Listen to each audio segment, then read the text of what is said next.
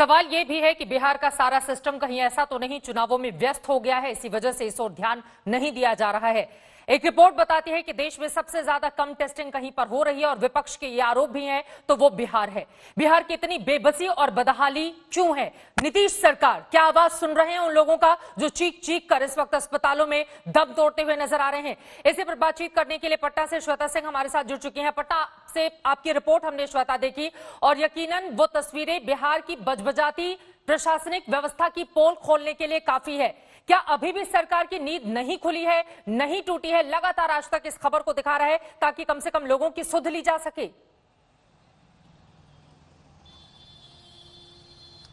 चित्रा, बहुत सारी चीजें सुनने को मिल रही थी। जब मैं यहां पर पहुंची, कई लोगों ने ऐसा बताया कि केमिस्ट के पास लोग जो प्रिस्क्रिप्शन लेकर जा रहे थे कोरोना से जुड़ी हुई दवाइयों के, और केमिस्ट के पूछने पर वो बताते थे कि वो खुद कोरोना पॉजिटिव है, वो वहां तक पहुंचे थे। सवाल सबसे पहले, आप पॉजिटिव हैं, प्रशासन सुध नहीं ले रहा है आपकी, आप अपने घर में पड़े हुए हैं, बाजार में घूम रहे हैं, किसी दूसरे में कोरोना फैला रहे हैं। इस तरह की चीजों को सुनने के बाद चित्रा, हमने फैसला किया कि हम अस्पताल जाएं और देखें। कोई नहीं दूर दूर तक आपको नजर आएगा। वहां पर जो मरीज हैं वो कह रहे थे, जो मरीज के परिजन बाहर थे, जो बात करके बताते हैं कि भीतर डॉक्टर गश्त के लिए नहीं आ रहे हैं। जो बाकी मेडिकल स्टाफ है वो, अगर आप तस्वीरों में ही देख लीजिए, किसी के पास कोई प्रोटेक्टिव गियर नहीं है, कोई पीपी किट्स में नहीं नजर आ रहा था। ग्लव्स हैं तो वो इतने पुराने और फटे हुए थे।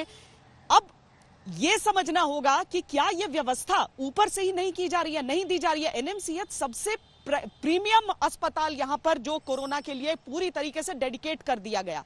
कुल 3 सरकारी अस्पताल समूचे बिहार में इतने बड़े लोड के लिए। चित्रा, इस तरह की अगर व्यवस्था है, कल हम वैशाली तक भी गए थे, वहां पर भी हमने देखने की कोशिश की कि टेस्टिंग कैसे हो रही है, कैसे लोगों का इलाज चल रहा है। वहां पर हमें पता चला कि हाँ, टेस्टिंग बढ़ाई गई है, रिहायशी इलाकों में गांव तक मोबाइल वैन्स को ले जाया जा रहा है, लेकिन वो रेड क्रॉस सोसाइटी या फिर यूएनडीपी या डब्ल्यूएचओ की मदद से वो किया जा रहा है। चलिए, किसी की भी मदद से आप कर रहे हैं, लेकिन अगर कोई व्यक्ति कह रहा है कि वो पॉजिटिव होने का उसको इत्तला कर दी गई है और उसे खुद गाड़ी से अपने घर से आना पड़ रहा है एडमिट होने के लिए।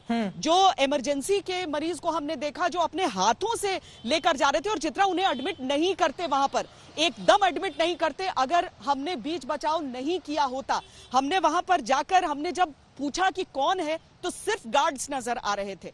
उसमें फिर एक व्यक्ति बाहर निकल कर आया, लेकिन चंद सेकंड के बाद वो भी गायब हो गया। और ये सारे लोग सिर्फ मास्क पहने हुए थे जो इमरजेंसी वार्ड में काम कर रहे हैं।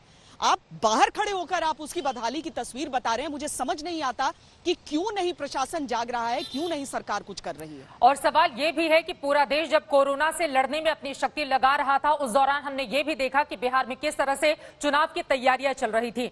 अब खबर ये आ रही है कि केंद्र एक टीम दिल्ली से भेज रही है बिहार के लिए, ताकि वहां पर कोरोना के बढ़ते हुए मामले को रोका जा सके, थामा जा सके। इस बारे में कोई जानकारी श्वेता, वो टीम कब तक पहुंचेगी और ये जो बदहाल व्यवस्था इस वक्त हमारे दर्शक टीवी स्क्रीन पर देख रहे हैं, वो कब थमेगी?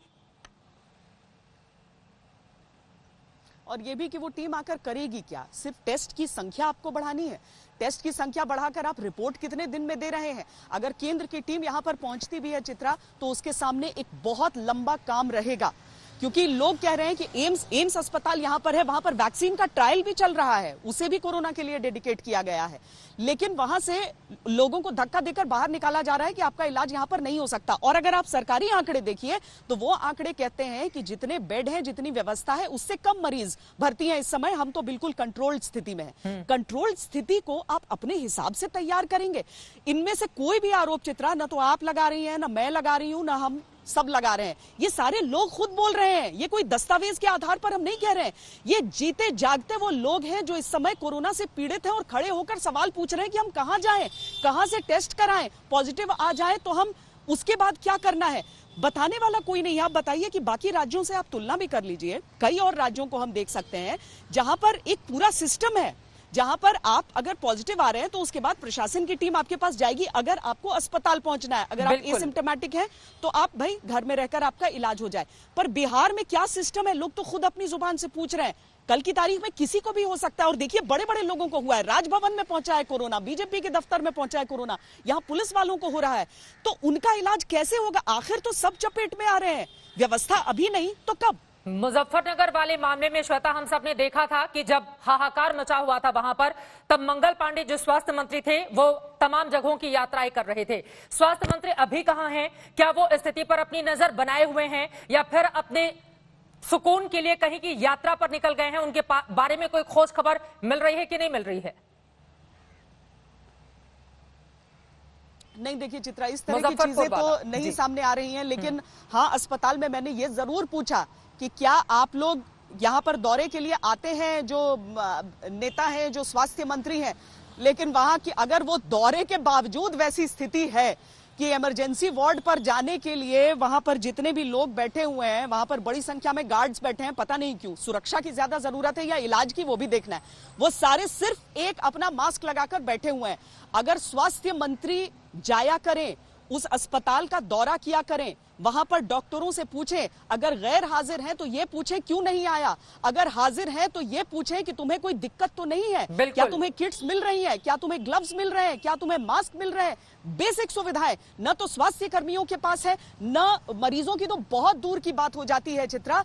और अगर ये राजधानी का हाल है, राजधानी के प्रीमियम अस्पताल की हम बात कर रहे हैं, तो आप बाकी जिलों की तो बात ही छोड़ दीजिए कि गांव-गांव में क्या हाल होगा, कस्बों में क्या हाल होगा।